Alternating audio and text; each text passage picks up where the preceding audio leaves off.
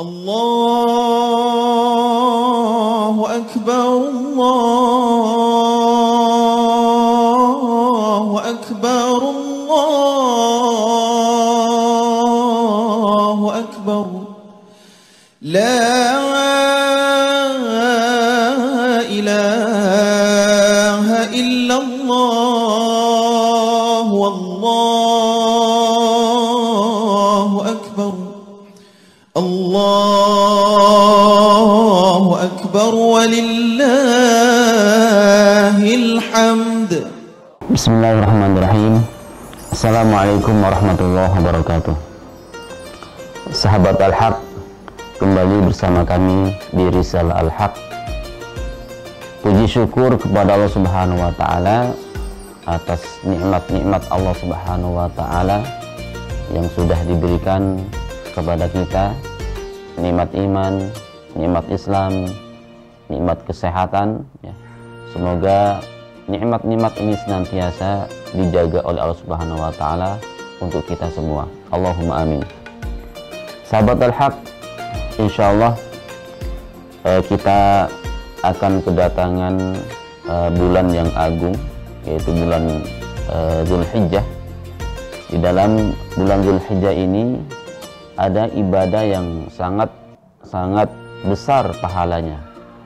Maka dianjurkan bagi orang yang tidak haji, ya kemungkinan di tahun ini orang Indonesia yang dari Indonesia belum bisa haji ya karena kondisi, maka kita dianjurkan dalam bulan Dzulhijjah ini untuk melaksanakan ibadah sunnah muakkadah.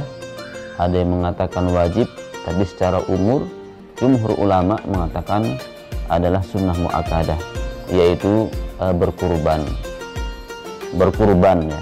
Jadi berkurbannya adalah sunnah Rasulullah Shallallahu Alaihi Wasallam, dan Rasulullah pun sudah memberikan contoh kepada kita dalam sebuah hadisnya.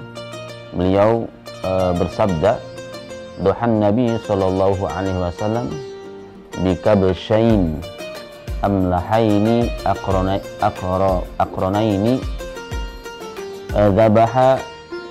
zabahuma biyadihi, kemudian wasamma wa kabbara ya, wa wada'a rijlahu ala safahatihima atau kama qala Rasulullah sallallahu alaihi wasallam.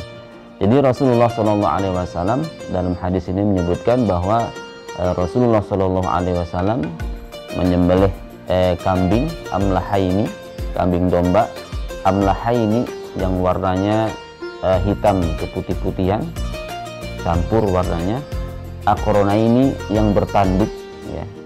Kemudian Rasulullah SAW menyembelih dengan tangannya sendiri. Kemudian beliau menyebut nama Allah dan bertakbir. Kemudian meletakkan kakinya di kambing tersebut. Nah, ini sudah dicontohkan oleh Rasulullah SAW bahwa berkurban itu adalah sunnah muakkadah. Bahkan Rasulullah SAW istilahnya hampir mengancam gitu ya, mengancam dalam sebuah hadisnya, man wajada sa'atan, kata Rasulullah, man wajada sa'atan falam yudahhi fala yaqrabanna musallana.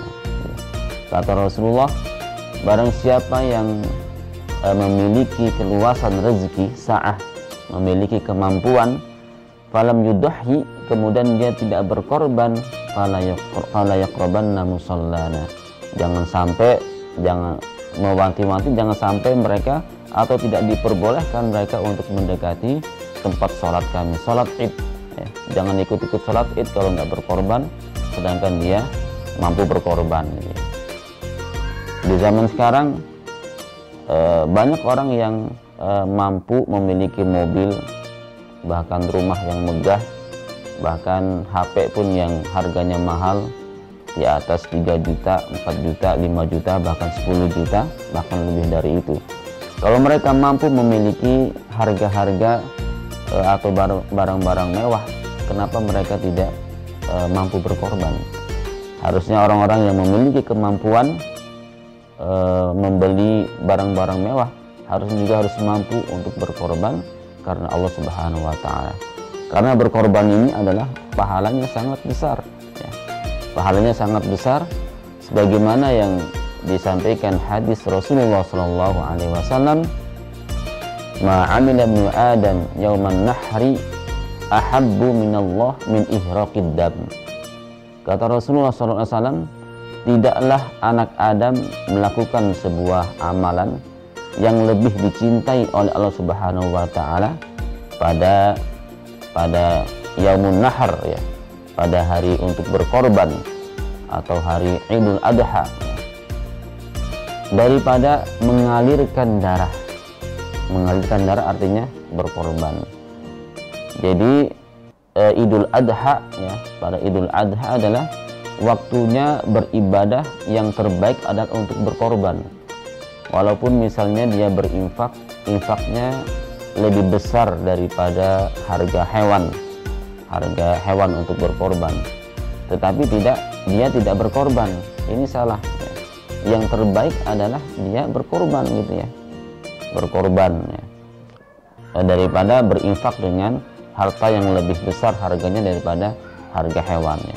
Karena dalam hadis ini ya, jadi orang yang berkorban ya, orang yang berkorban di Idul Adha nanti adalah suatu amalan yang sangat dicintai oleh Allah Subhanahu wa taala.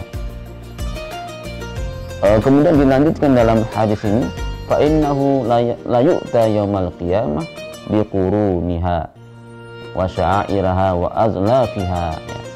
Nanti pada hari kiamat ya, hewan korban yang kita sembelih ini akan menjadi saksi ya. Di sini disebutkan bahwa rambut-rambutnya akan menjadi saksi ya. Azlafia, kemudian kuku-kukunya akan menjadi saksi, kemudian juga tanduk-tanduknya akan menjadi saksi ya. Menjadi saksi sebagai amalan, sebagai bukti gitu ya, amalan yang insya Allah nanti diterima oleh Allah Subhanahu wa taala. Wa inad dam, kata Rasulullah, lanjutan hadisnya, wa inad dam la yaqa'u minallah bimakan qabla ayyaqa bil ard. Bahwa darah ya, darah tersebut sebelum jatuh ke bumi, darah tersebut sudah diterima oleh Allah Subhanahu wa taala sebagai amalan yang besar sebelum jatuh ke bumi. Faqibu nafsan, kata Rasulullah, maka perbaikilah diri kalian atau ikhlas dalam melaksanakan kurban. Jadi ini adalah pahalanya sangat besar sekali ya. Sangat besar sekali dalam kita melaksanakan ibadah korban di jalan Allah Subhanahu wa taala. Berikutnya adalah kenapa kita dianjurkan berkorban, yaitu untuk mengagungkan syiar-syiar Allah Subhanahu wa taala. Dalam sebuah ayat Allah Subhanahu wa taala berfirman, wa may yu'azzim sya'airallahi fa innaha min taqwal qulub. Barang siapa yang mengagungkan syiar-syiar Allah Subhanahu wa taala, fa innaha min taqwal qulub, itu timbulnya ketakwaan dari hati seseorang ya. Jadi misalnya bukti ya, salah satu bukti ketakwaan seseorang adalah dia mampu untuk berkorban di jalan Allah Subhanahu wa taala. Jadi orang yang berkorban adalah termasuk orang-orang yang mengagungkan syiar-syiar Allah Subhanahu wa taala. Begitu juga kenapa kita dianjurkan untuk berkorban. Ini adalah bukti juga syukur kita kepada Allah Subhanahu wa taala. Syukur atas nikmat-nikmat Allah Subhanahu wa taala. Karena syukur tidak cukup hanya diucapkan dengan lisan, tapi syukur juga harus dibuktikan dengan perbuatan. Nah, termasuk sunnah berkorban ini adalah bukti kita ya, ungkapan syukur kita kepada Allah Subhanahu wa taala yang dengan tujuan untuk menghidupkan sunnah Rasulullah SAW. Dan juga dengan berkorban ini kita akan membahagiakan ya tetangga kita dan orang-orang fakir miskin. Makanya mulanya dianjurkan ketika kita berkorban ya, daging korban itu untuk dibagi menjadi 3 ya. Bagian pertama untuk kita yang berkorban, bagian kedua untuk tetangga-tetangga kita, bagian yang kedua, yang ketiga adalah untuk fakir miskin yang membutuhkan. Jadi salah satu hikmah dari kita berkorban ini adalah untuk membahagiakan saudara-saudara kita, ya. Mereka yang tidak cukup hartanya, ya, mereka yang miskin, ya. Jadi pada Idul Adha ini kita membahagiakan mereka, ya, sehingga mereka bisa makan daging, gitu ya. Saudara-saudara kita yang sangat kasihan dalam kehidupannya, maka di Idul Adha ini adalah kewajiban bagi kita untuk membahagiakan mereka. Demikian yang bisa disampaikan, mudah-mudahan ada manfaatnya. Mari kita berkorban di jalan Allah Subhanahu wa taala. Semoga korban kita ini diterima oleh Allah Subhanahu wa taala. Assalamualaikum warahmatullahi wabarakatuh.